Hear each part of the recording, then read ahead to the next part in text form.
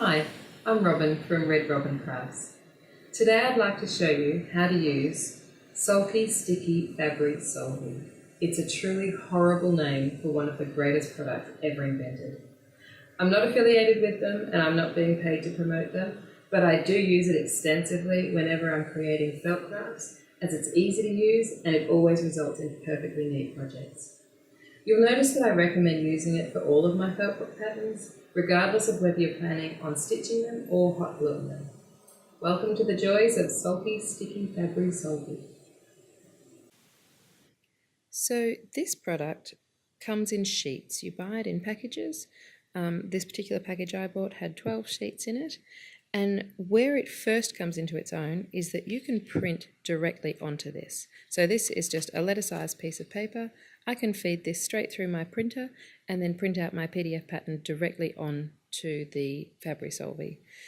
That for me is one of the best features of it, because it means that I'm not then spending time tracing all of my pattern pieces.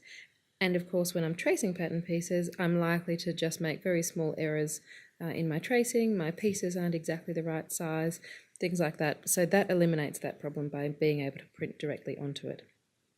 So this is how it comes. This one obviously I've already printed off. Once you've printed off your pattern pieces, the next thing you're going to do is just rough cut around each of these pieces. You really don't need to be precise at this point, just cut roughly around them. And what I have here is one pattern piece that I've created, of course, for Red Robyn Crafts, and you can see that I've just cut roughly around this square. Nothing too precise at all. Actually, I should mention that you can feed it through your printer, or you can draw on it if you like. So if you're wanting to create your own pattern pieces or make modifications, you can just get a regular marker and draw directly onto it. That works well too. So here I've got my pattern piece and I've got my piece of felt.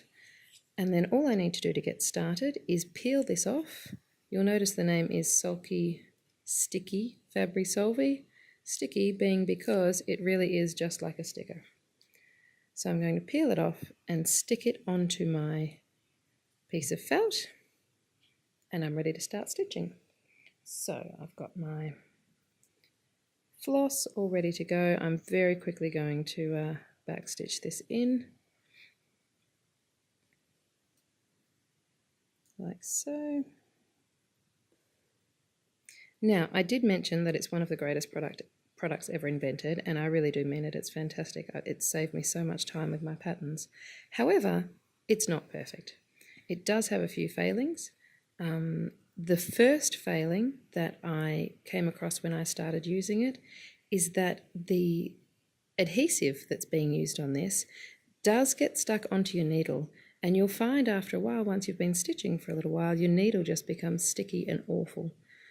There is, however, a solution to it. I did some Googling and discovered that other people have had exactly the same problem. The solution that other people have found, and I agree with entirely, is before you even start stitching, apply to your thread this Thread Magic. I just bought this at Joann's. I'm sure it's available at any craft store.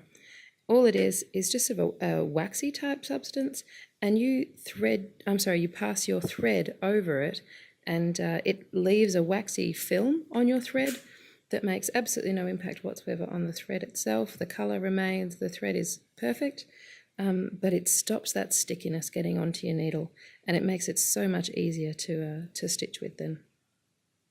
The other failing that I've found with this product is for small pieces like this, it's not such a big deal, but if I have large pattern pieces that I'm trying to stitch, I find that over the course of time, as I'm stitching, it does become unstuck around the edges, and it can move. And so, for example, if I'm stitching a large background piece, I start stitching at the top of the background. By the time I get down to the bottom of the sheet of felt, the whole pattern has moved, and all of a sudden things don't line up anymore. Now, to solve that problem, I just use pins. So I'll pin it in place much like you would a regular paper pattern piece, and then it stopped it from moving around. So just something to be aware of if you are stitching a larger piece. So here I am, I've very quickly stitched this in, And then the next step with this is to trim off the excess. You'll find when you put it into the water, it will create a bit of a gluey type substance. You don't want that stuck onto your felt, so to get around that, all you do is just peel off any excess, carefully trim it, making sure that you're not clipping either your felt or your stitching. This is where very sharp pointy scissors are perfect. So I've trimmed off any of my excess, and then here's the magic. I have a bowl of water here. If I place that in there, you'll start to see, let me break it up a little, you'll start to see that it gradually just dissolves from around the stitching. It'll all start peeling up and it'll just dissolve away.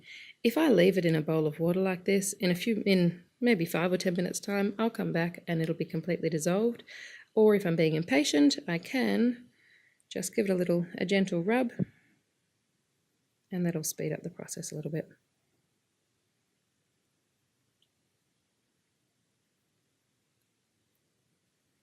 There it is.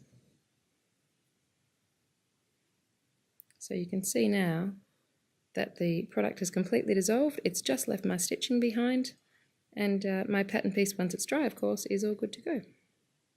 Now I should mention at this stage too, obviously in order to use this, the felt has to get wet. You have to be able to wet it to soak it off. If you're using wool felt or wool blend felt, be aware that the felt will shrink. It's just one of the features of wool felt.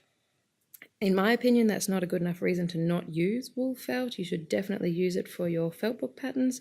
It's far more durable. You'll find it won't pill as easily, and when those little hands are using it, it just holds together so much better. All you need to do to get around that is to pre-shrink your felt. So all of my felt, as soon as it arrives, I pre-shrink it, simply get it wet in cold water, and then hang it up to dry for a day or two. It's all you need to do. You'll find that that will shrink your felt pieces, and then when you use this and soak it off, this isn't going to shrink any further. So it's a pretty easy solution to get around it, really. So there it is. I hope this video has helped you with the project you're working on. If you're looking for a fun and easy craft project to complete, now that you know how to use Sulky Sticky Fabri-Solvy, check out my Etsy shop, Red Robyn Crafts. Also, be sure to check out my other YouTube videos to learn how to perfect other techniques used in my felt books. Thanks for watching and happy crafting!